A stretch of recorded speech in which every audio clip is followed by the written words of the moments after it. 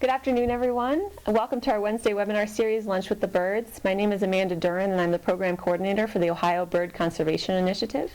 And OBCI brings you these monthly webinar series on a variety of different bird and conservation-related topics. So I'm happy that you're all able to join us today, and I see some new names here. So hopefully you'll want to join us also for our upcoming webinar, which will be in January, and it will be on how birds can survive in these tough, cold temperatures and make it through the winter, especially when dealing with snow and ice. And so that presentation will be by Tammy Sanders from Metro Parks of the Toledo area. I also wanted to draw your attention to our YouTube site. Today's webinar will be recorded and posted online, so you can view it at any time.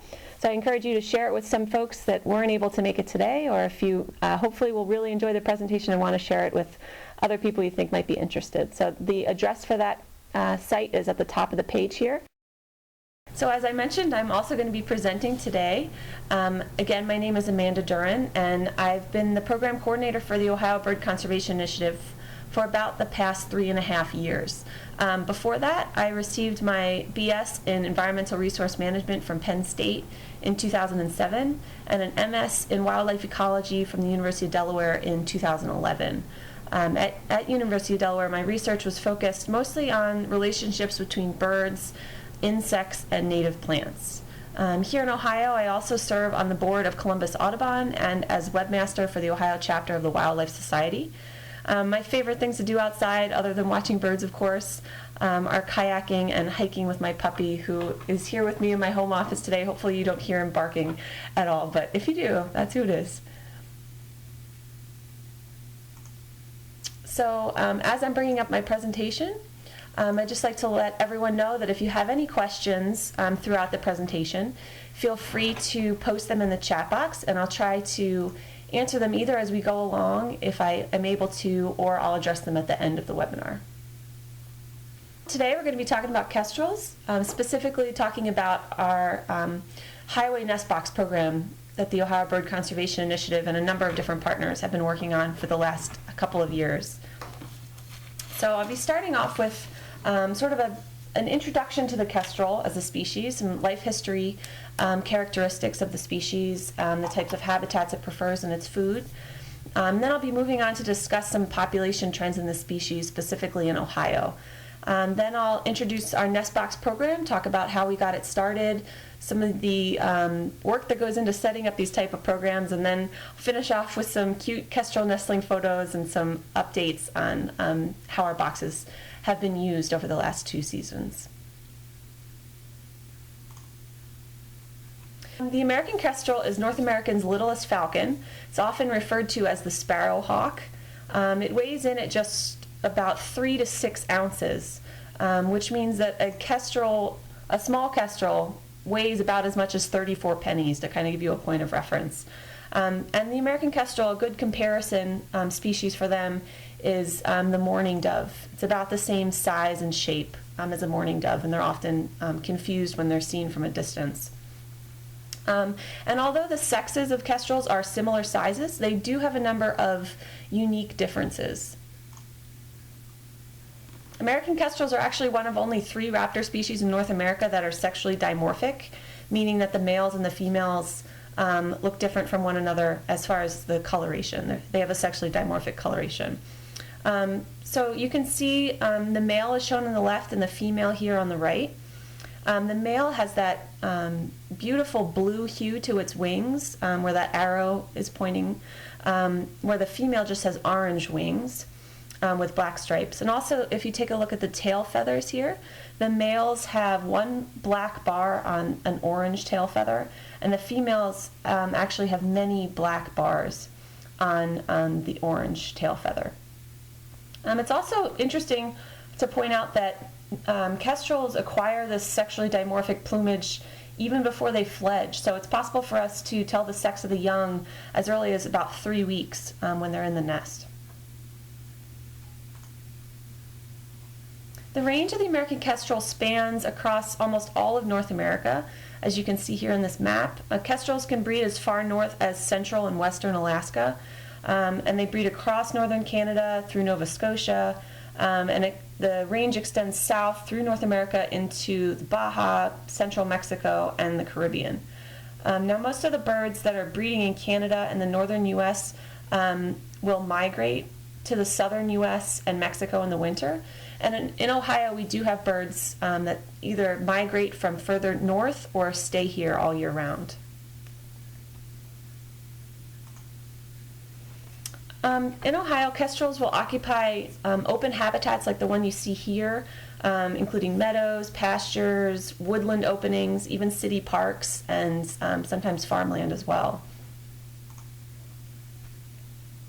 You're most likely to see them perched on a telephone wire like in this photo, usually along roadsides in open country, especially with short vegetation and where there aren't a lot of trees. And when they're perched, you'll often see them kind of pumping their tails. It almost looks like they're trying to balance, but that's a really good diagnostic way to tell them apart from a mourning dove or other similarly sized birds, especially from a distance.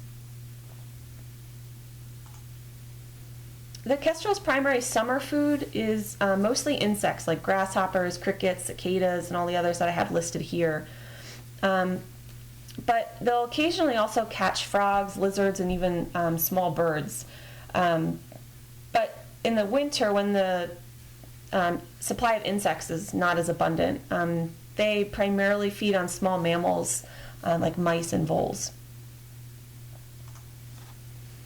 This is a really cool picture. Some of the more observant members of our audience here might notice that this is actually a Eurasian kestrel, not an American kestrel, but it was just too cool of a photo to pass up. It just gives you a really cool view of what this bird might be seeing as it's hunting. But they search for prey either from a perch overlooking an open area or by hovering in the air like in this photo.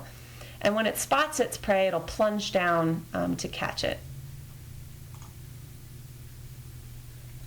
After they catch their prey, they'll tend to carry it up to a perch like a power line or a fence post where they can comfortably eat it while remaining alert. It allows them to stay away from ground predators, and they can watch out for other birds that might try to steal their catch.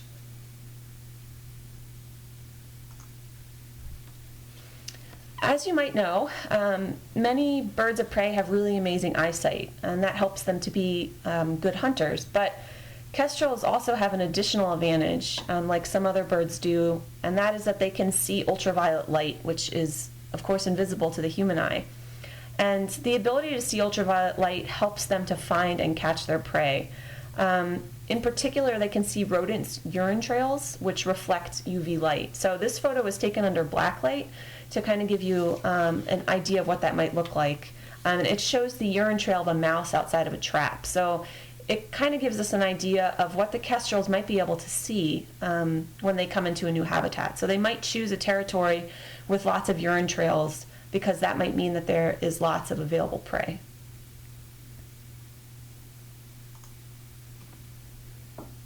Here in Ohio, our pairs might begin courtship displays as soon as late February or early March.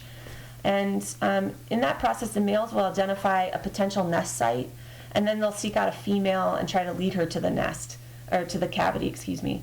The male will carry food, and he'll call to entice the female to follow him to the cavity.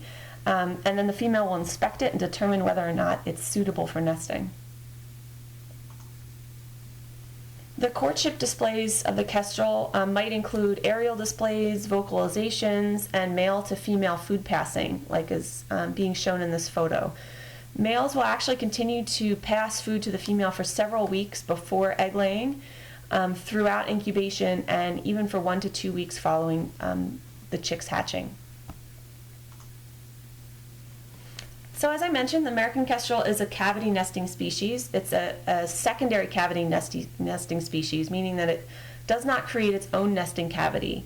It instead relies on abandoned nest cavities from woodpeckers, but they'll also nest in man-made structures like barns, walls, and nest boxes.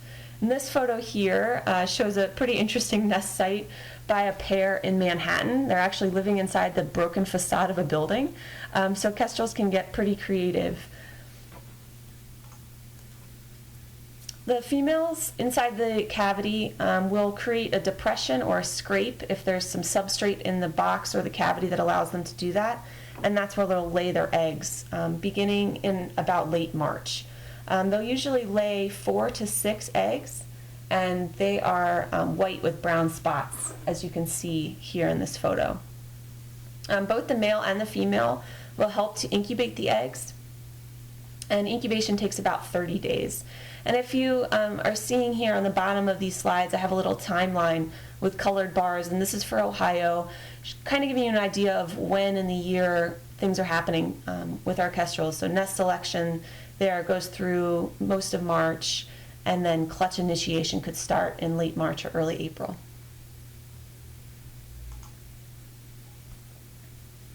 After the eggs hatch, this photo is actually taken from one of our nest boxes, those adorable little chicks. After they hatch, the female will brood them continually until they're about 9 days old. And after that, she'll only brood them during periods of bad weather or at night. And when the nestlings are about 2 weeks old, the adults will begin to leave intact prey at the nest for them. And while they're growing, they actually eat about twice as much as an adult kestrel will, which means consuming about 2 or 3 mice a day. So that's a lot of food.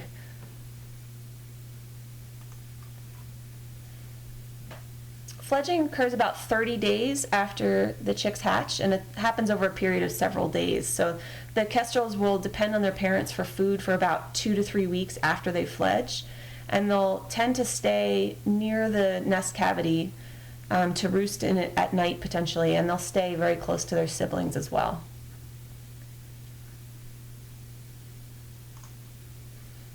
So now that we have a better idea of the life history of the kestrel, it might be easier for us to understand some of the recent population trends for the species. And while this is still a common species, declines of American kestrels have recently been noted throughout North America. And this map shows some trends of populations across the country.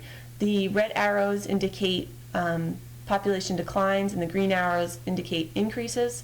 And the size of the arrow indicates the magnitude of that trend.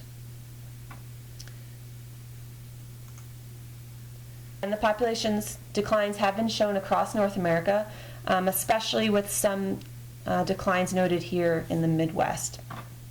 And some of the reasons for this decline have to do with the places that kestrels use to nest. So the removal of dead standing trees that are needed for nest cavities. It's often done especially in parks or along roadsides or in areas that are frequented by people for safety reasons. But that, of course, removes a site for nest cavities for kestrels. But in addition to that, the continued clearing of fence rows and hedgerows, and especially reforestation and overall decrease in pasture and meadow habitat, especially in Ohio, we've been seeing declines in a lot of species that rely on pasture and meadow habitats.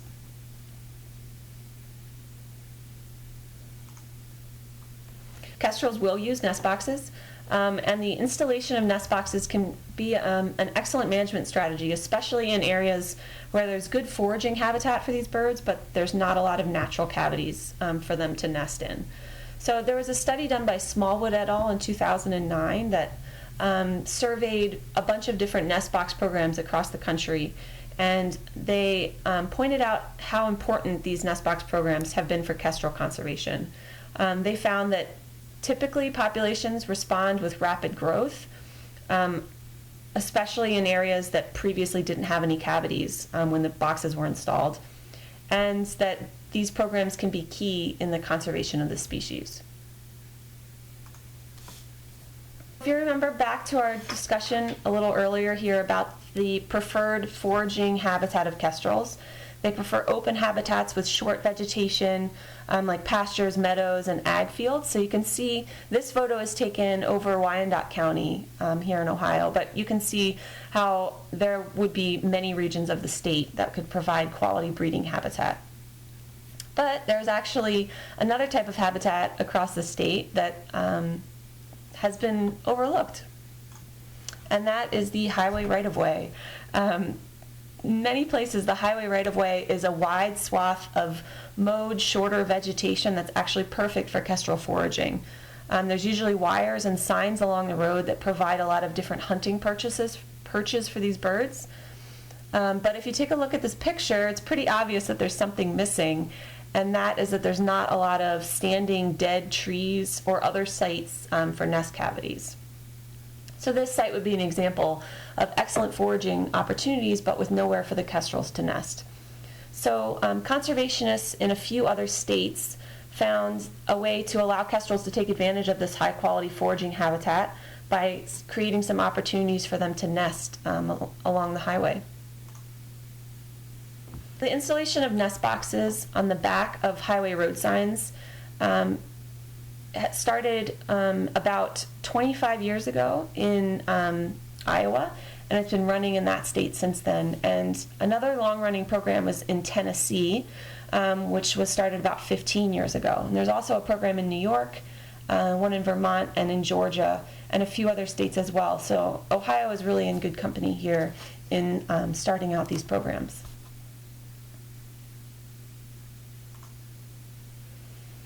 But there are certainly concerns about a highway sign box project. So is the side of a highway really where we want to encourage kestrels to nest? There's a variety of concerns, everything from pesticides to collisions with cars, that we wanted to investigate before considering starting this type of program. And we're really lucky in that there's a lot of quality data from those past programs that I mentioned. That program in Iowa that has been running for 26 years is an example of one that's been collecting a lot of great data. They measured a 91% success rate for their fledglings, for a fledgling rate, which is actually higher than the rate that's normally found and reported for natural cavities. And that's likely because of reduced predation rates. The fledglings also showed a very low rate of starvation in that study, which supports that the right-of-ways provided adequate food, offered adequate foraging opportunities for those birds. And then there was a study as well where they were able to tag the nestlings and follow their success after they left the box. And they found that only 2 out of the 61 tagged nestlings died as a result of collisions with vehicles. The other long-running program in Tennessee that I mentioned actually measured a 98% success rate for fledglings, so even higher, and found only 1 death from collisions with vehicles. So we took all of this data as supporting the fact that the highway roadsides, while there were some hazards associated with them, it was not in a more hazardous or lower quality environment than the natural cavities offered. So we decided to move forward with starting this program.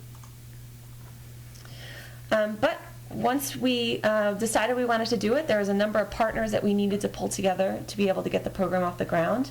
The idea for this particular project actually came from Jim McCormick at the Division of Wildlife. I'm sure a lot of you are very familiar with him. And it was also spearheaded by Tom Bain from the Conservation Committee of the Ohio Ornithological Society. And of course, the organization I work for, the Ohio Bird Conservation Initiative. For those of you that aren't familiar with OBCI, we are a partnership of over 100 different organizations in the state. And I work primarily on pulling together partnership projects like this one that rely on a diverse set of partners to be able to be successful. And speaking of diverse partnerships, this is the first time I've ever worked with the Ohio Department of Transportation, and I was warned by a lot of folks that, you know, this is a big bureaucracy, it's going to be really difficult, it's going to be hard to work with, and they've actually been really wonderful and a very supportive partner. And this is certainly a very unusual project for them, so they've really been very adaptive and helpful in trying to fit this project into the requirements that they have for different permittings. So it's been really great working with ODOT. The American Kestrel Partnership has also been a wonderful partner. They gave us our first initial boost of funds to construct the 25 boxes for our first year. And they've also provided guidance on box installation and monitoring. And 2 of our newer partners to this project are Crawford County Park District and Bruckner Nature Center. And I'll talk about those 2 groups here a little bit later, but they are both initiating their own sections of the nest box trail and kind of continuing based on what we've learned from our first 25 boxes. And then finally, I think it's really fun to point out that the majority of the funding for this project actually came from individual donors through our GoFundMe page. And if you're not familiar with GoFundMe, it's a crowdfunding site which allows users to post ideas for projects, and then people from all over the country donate money to try to make those projects happen. So we've raised about $900 so far through that site. That's allowed us to purchase all of the safety equipment and monitoring materials that we've needed.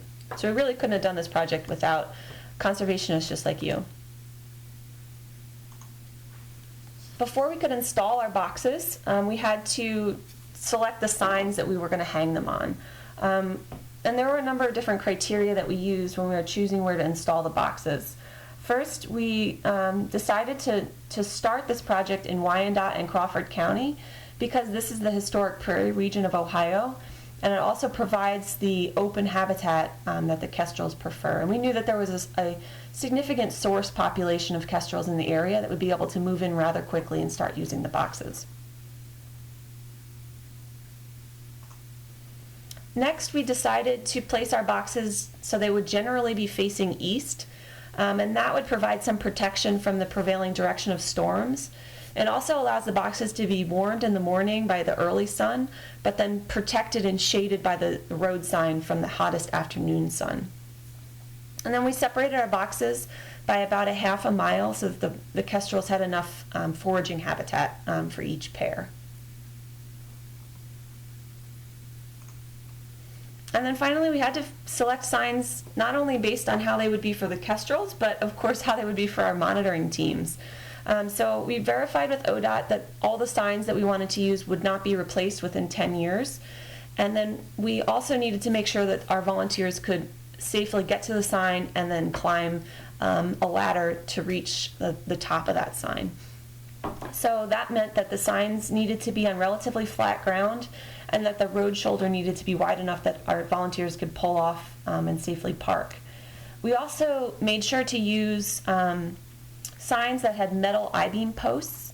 And if you're familiar with those as opposed to the older wooden posts, these actually provide built-in predator protection because predators like raccoons and snakes can't climb these poles to eat the eggs or young kestrels. So these function very much like a baffle or a metal band would on a typical nest box pole.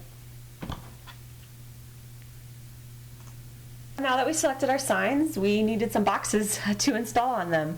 All of our boxes were built by volunteers, and some of them were built by the board of the Ohio Ornithological Society, and that's what this photo here is showing. Some of our boxes were also built by Charlie Zepp of Powell. He's something of a legend in the bluebird community. I'm sure a lot of you probably know him. He's built thousands of bird boxes, mostly for bluebirds, in his home workshop. So he was a great resource for us in building our boxes. We installed the first set of 25 boxes in December of 2012. And that was along a 20-mile stretch of US 23 and US 30 in Wyandotte County. And here's a snapshot of that GoFundMe page that I mentioned. And all of those donations that we collected were used to purchase the safety and monitoring equipment. That is one thing about working in a roadside that's different than a nest box program in say, somebody's backyard or in off of the road. We have to wear safety vests and hard hats at all times. Those items are fairly inexpensive, but when you need to purchase one for every member of the team and for anyone else that wants to come out with us, those prices can add up. And vehicles also require a safety hazard light be mounted on the top of the vehicle so that when we're pulled off in the shoulder, people can still see our vehicles. So in addition to those safety elements, we used the funding here to purchase a 15-foot ladder so that our volunteers could reach the boxes, and then we bought a telescoping ladder so that volunteers driving any type of vehicle would be able to carry the ladder with them. Our monitoring team visited our boxes multiple times per breeding season, and they collected data on whether our kestrels were using our boxes, if they were successful in nesting. And I'll go into some of the additional data that we collected on each of the nestlings in the boxes that were occupied. But I wanted to mention that our monitoring team was actually made up of students from the University of Findlay, and they very graciously volunteered both their time and resources, like their personal vehicles and their gas, so that they could visit our boxes. And I think one of the best parts about this project is that not only are we providing new nesting opportunities for the kestrels on the highway, but this project also has allowed us to provide some field experience in wildlife research for these dedicated students.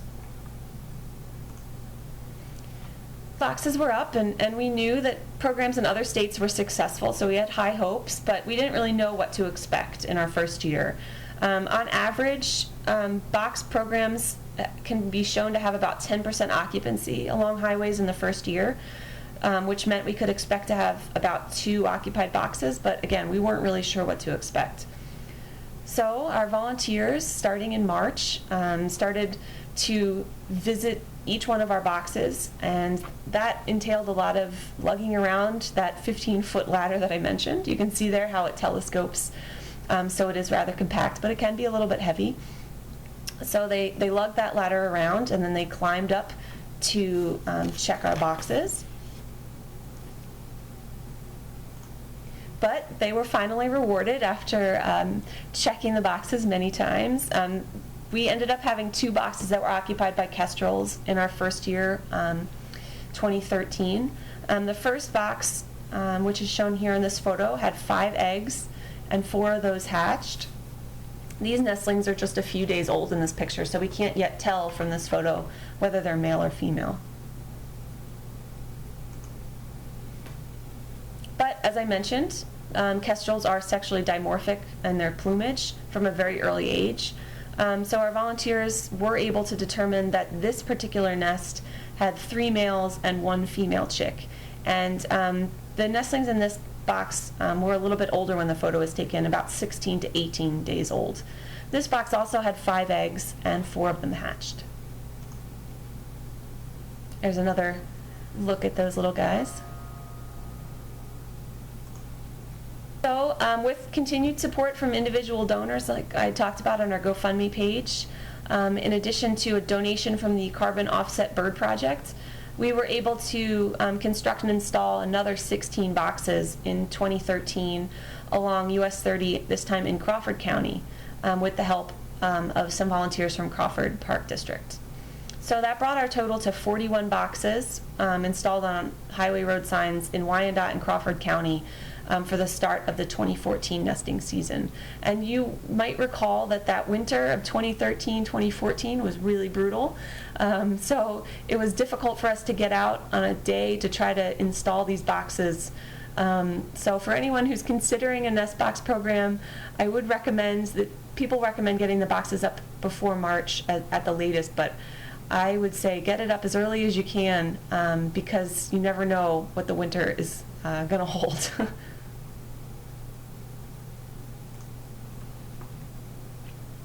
So in March of 2014, our monitoring volunteers began again visiting our boxes to check for kestrel nests.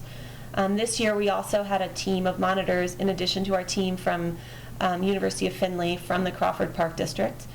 And from the very first visits to our boxes, we started seeing kestrels. So that was very encouraging. This particular photo was taken next to one of the newly installed boxes in Crawford County. So we were really excited to see that the kestrels were already interested in some of our boxes. And then by our visit in May, we had eggs. Our monitors counted a total of 18 eggs in 5 active kestrel nest boxes. Kestrel nests in our boxes.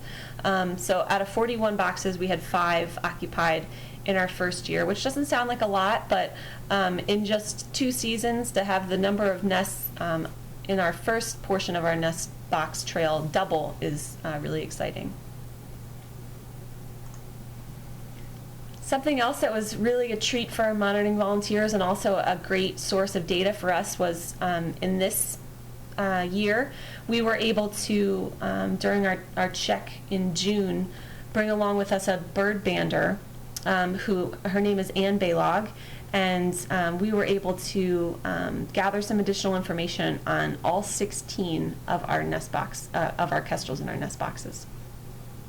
So I want to stop and address a question that just came in before I get too far away from talking about the nest boxes.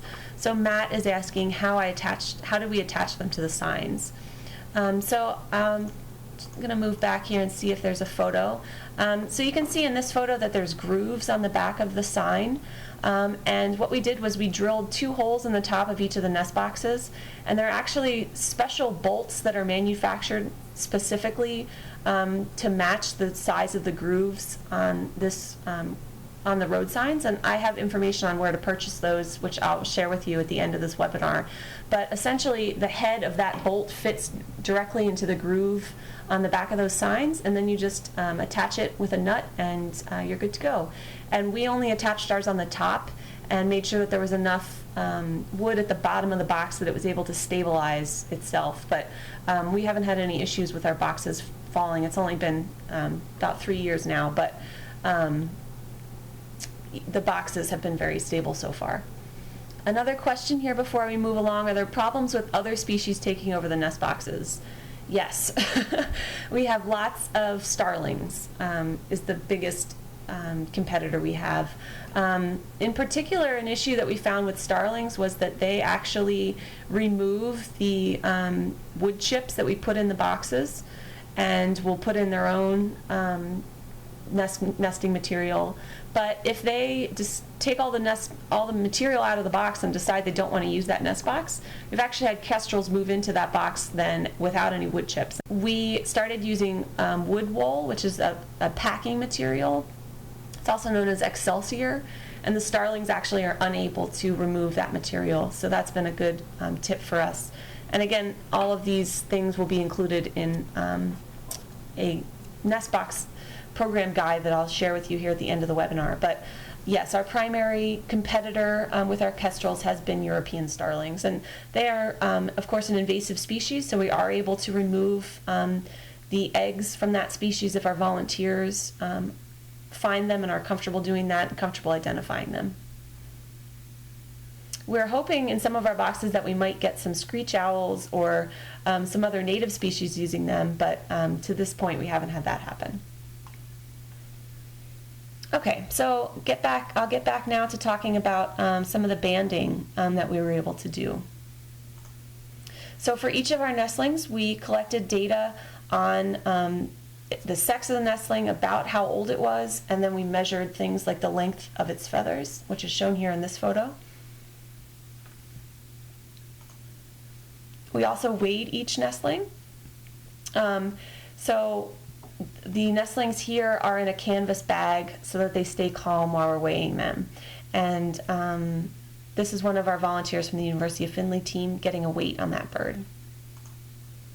And then on each bird we affixed a U.S. Fish and Wildlife Service leg band, which will actually let anyone, including our monitors hopefully, who recaptures the bird know where and when it was born.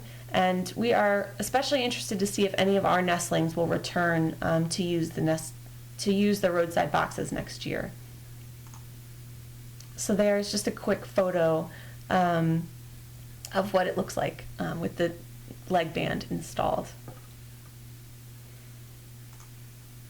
Well, I will pause here to answer an additional question, but first I just wanted to point out this program guide that I've been mentioning.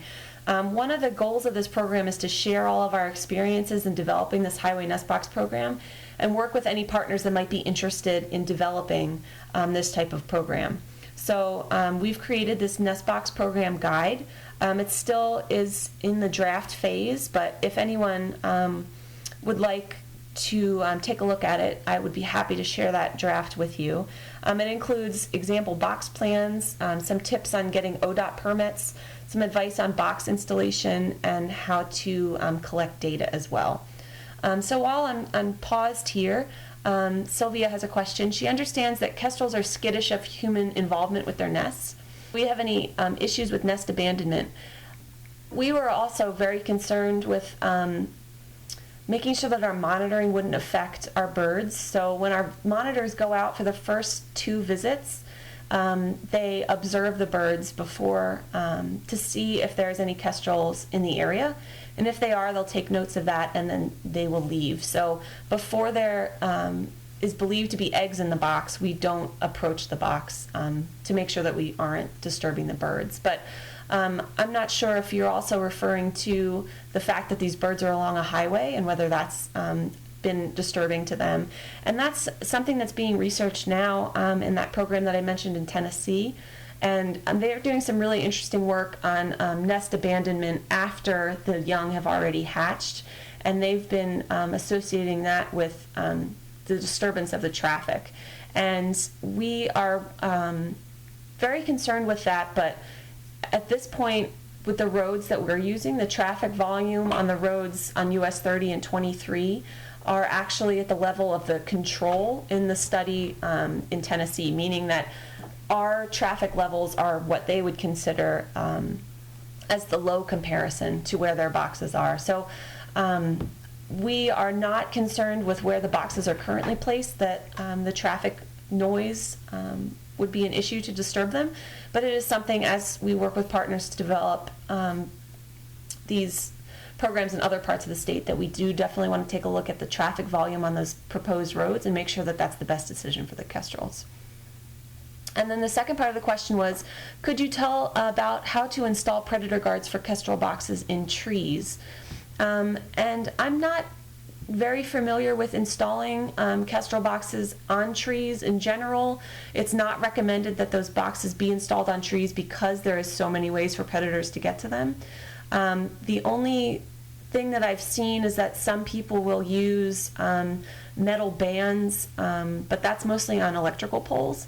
So as far as I've read, it's not recommended that you install kestrel boxes on trees because the predator pressure would be so high. We had some expansion that's being planned for 2015 that we're very excited about. Our partners at the Bruckner Nature Center will be installing 12 additional boxes on I-75 near Troy. So the Bruckner volunteers will be installing and monitoring the boxes next spring. And so hopefully I'll have some new data and some new photos for some nestlings to share with you in some future presentations. After this presentation, I hope I've motivated you to want to support our project and our efforts to try to conserve kestrels here in Ohio.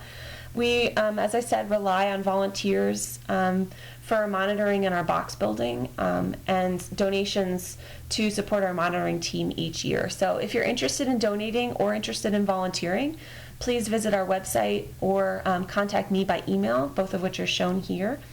And I'd be happy to take any questions you might have, so feel free to start typing those in the chat box.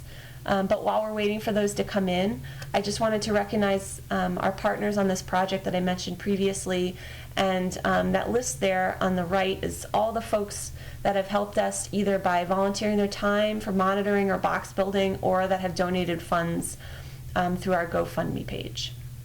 With that, I will leave you with a photo of one of our very cute nestlings, looking very inquisitively at the camera, and I will ask if anybody has any questions. Is there a printed version of our plans, is the question. And there is a printed version of our plans. There's a slight adaptation of the plans from the American Kestrel Partnership plans, and those are available online. But we have made a few adjustments, just being a roadside project. There are certain things like the accessibility of the side panel. We made some adjustments so that that is easier for us to open from underneath the box on the ladder, and other changes like that, which are reflected in our plans that are included in our American Kestrel Highway Nest Box Program Guide. So again, if you would like those plans for this season, just send me a quick email and I'll be happy to share that draft with you. And I'm hoping that we will be in the final stages of reviewing this guide and be able to post that on our website very shortly. Is there an optimum height for box placement? We typically placed our boxes above 10 feet and obviously less than 14 feet so that our volunteers could reach them. But I haven't found too much information about whether there's a minimum height that you should use, but generally it's recommended about 10 to 12 feet above the ground is a good height. And I don't think that there's anything wrong with the box being higher, it's just difficult for us to reach with the ladder. Do the boxes have to be a half a mile apart if it's in good farm or grassland habitat?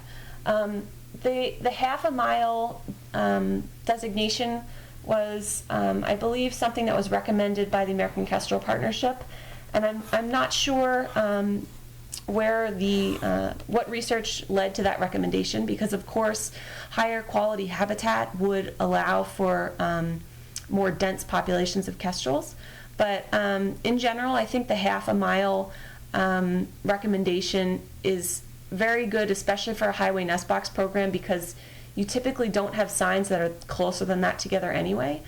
Usually it's a half a mile before an exit and then the exit sign, or 1 mile before an exit and then a half mile before the exit. So typically that spacing actually works really well for a nest box program, and it might be different in different habitats. So that's something that should probably be looked into if you're going to be placing your boxes off of the highway, but I would say for a highway box trail, the half a mile is a very good distance to try to use.